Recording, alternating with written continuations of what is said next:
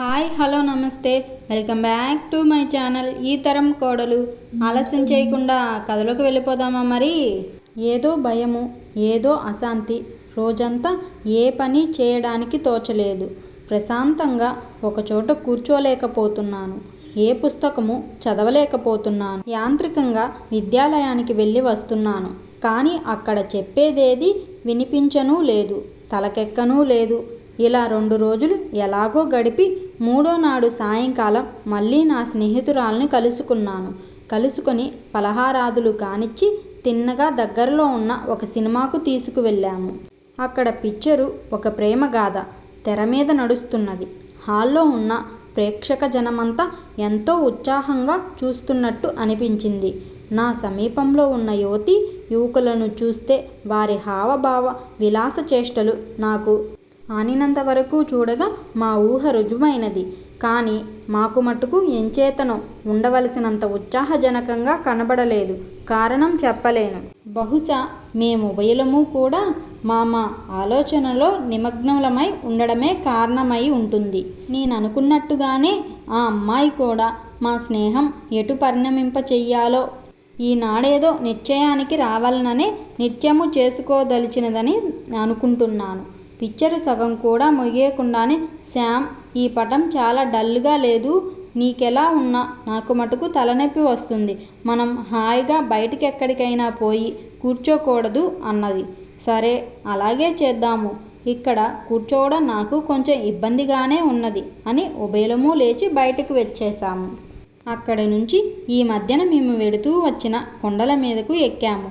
మేమక్కడకు చేరేసరికి సమ్మర్దం మట్టే లేదు.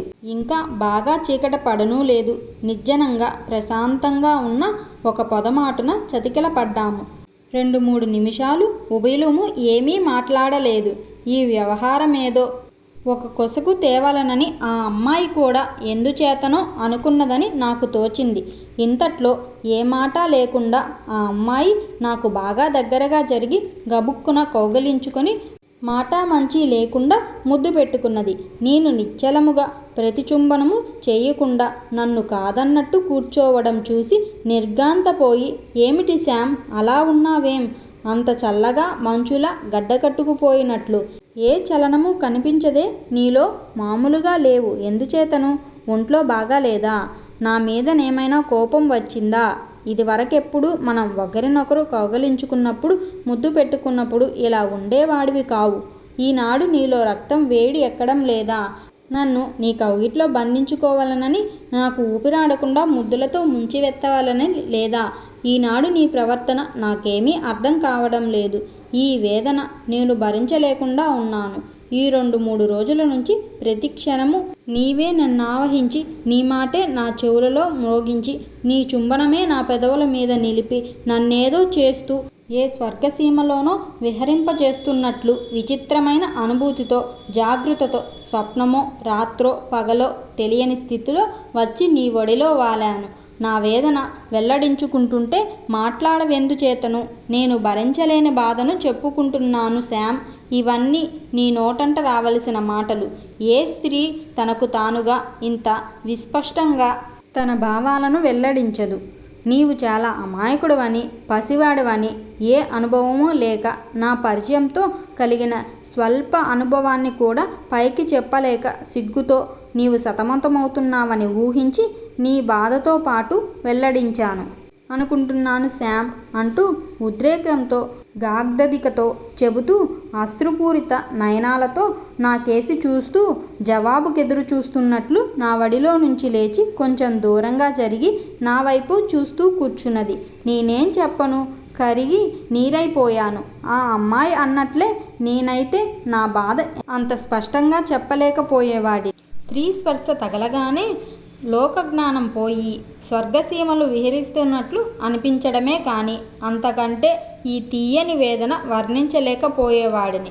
వర్ణన లేకుండా యథాతథంగా కూడా చెప్పలేకపోయేవాడిని. ఆ అమ్మాయి అన్నట్లే, ఏమి శ్యామ్, మాట్లాడవా? ఏమి చెప్పవా? అని గడ్డం పట్టుకొని 2 చేతులతో నా ముఖం, కళ్ళు, చెక్కిళ్ళు నిమురుతూ తన వడిలో చంటి పిల్లవాడిలా తీసుకుంది. అంతటితో నే పరవశుడినై ఎక్కడికో మహాప్రవాహంలా కొట్టుకుపోతున్నట్టు అనిపించింది. నెమ్మదిగా ఆమె కౌగిల్లోంచి లేచి కూర్చొని బయటకు వస్తున్న కన్నీటిని తుడుచుకొని మళ్ళీ మౌనంగా 2 నిమిషాలు కూర్చొని, చూడమ్మా, ఈ మన ఇద్దరి గుండెల్లోనూ ఏకస్పందనే వినిపిస్తున్నట్టున్నది. మన ఇద్దరి తలల్లోనూ ఒకే ఊహ తిరుగుతున్నట్టున్నది. ఇది చాలా చిత్రంగా ఉన్నది.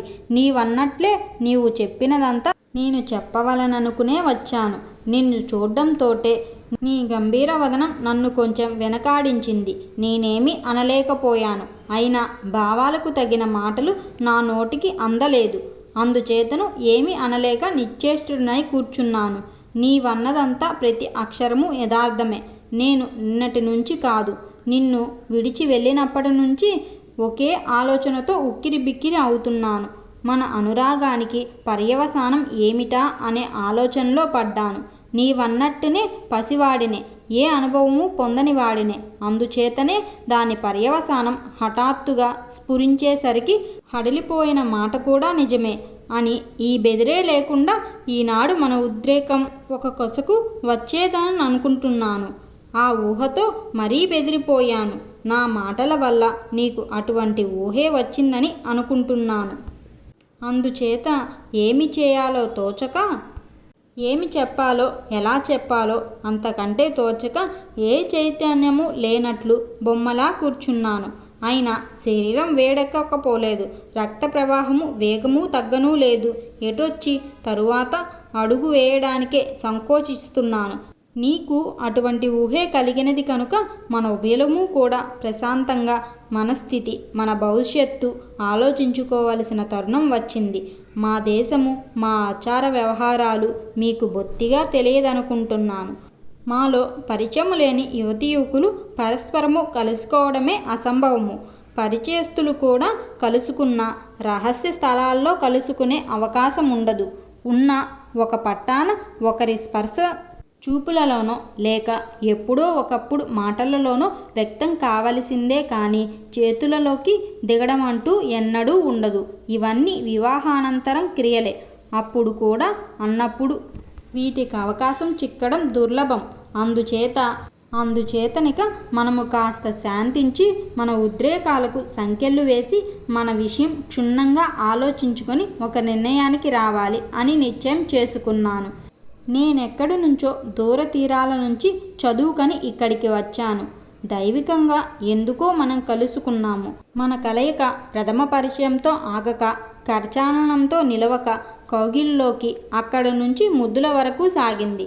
ఇక తరువాత మెట్టు ఒక్కటే మిగిలింది. మీ దేశంలోనైనా మీ ఆచారం ప్రకారం అయినా ఆ మెట్టు దాటడం వివాహమైతే గాని అంత సులభం కాదేమోననే ఆలోచన తోచింది. నీకు మాకు జాతిలో గాని, మతంలో గాని, ఆచారంలో గాని, సంస్కారంలో గాని పొంతన కుదిరేట్టు కనబడ్డం లేదు.